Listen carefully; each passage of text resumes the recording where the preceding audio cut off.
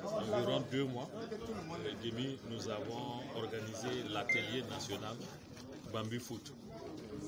À l'époque, nous avions reçu les dirigeants, les administratifs des différentes régions pour leur expliquer la substance de ce projet. Et par la suite, nous avons procédé au tri, au choix des régions qui pouvaient participer à ce projet. Nous avons les 6 régions qui participent à ce programme destiné à 1000 bambins, comme on le dit, des fillettes et des garçonnets âgés de 9 à 11 ans.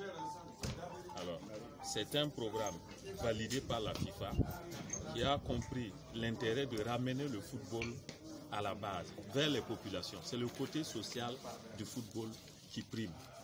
Mais aussi, dans le cadre de notre programme Bambou Foot, il y a le volet formation de la relève de notre football. L'enjeu, c'est de repartir plus bas. Chez nous, vous savez que les compétitions commencent officiellement, actuellement, à partir de 12 ans. Et donc, les enfants en dessous n'ont pas la possibilité de participer aux compétitions. Alors qu'il s'agit maintenant, pour avoir de grandes ambitions en matière de football, de prendre les enfants encore plus bas, comme cela se fait dans les grandes nations de football. Donc, à travers le programme Bambou Foot, nous avons l'occasion de faire jouer aussi les enfants du Burkina à partir du bas âge, l'âge où ils peuvent apprendre plus facilement les gestes techniques, développer davantage la coordination et pouvoir se projeter vers une carrière de footballeur professionnel. Donc il y a ces 2 volets-là. Et c'est pour ça que nous avons rassemblé les 50 instituteurs venus des 6 régions du Burkina pour les outiller. Les outiller à l'encadrement de cette catégorie d'âge, si fragile.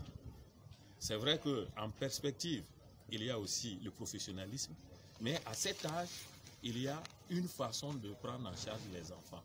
Et donc, c'est ce que nous allons développer. Voilà. Il faut dire que le programme est financé par la FIFA, qui était soucieuse de voir comment nous pouvions pérenniser les effets du projet. Donc, il fallait, auprès de la FIFA, pouvoir démontrer que les talents que l'on pourrait dégager dans les différentes régions puissent être pris en charge. Donc, les régions, il y avait la valeur footballistique de chaque région. Donc, à savoir les régions qui ont un potentiel en termes d'académie ou en termes d'équipe de jeunes, minimes, cadets, juniors.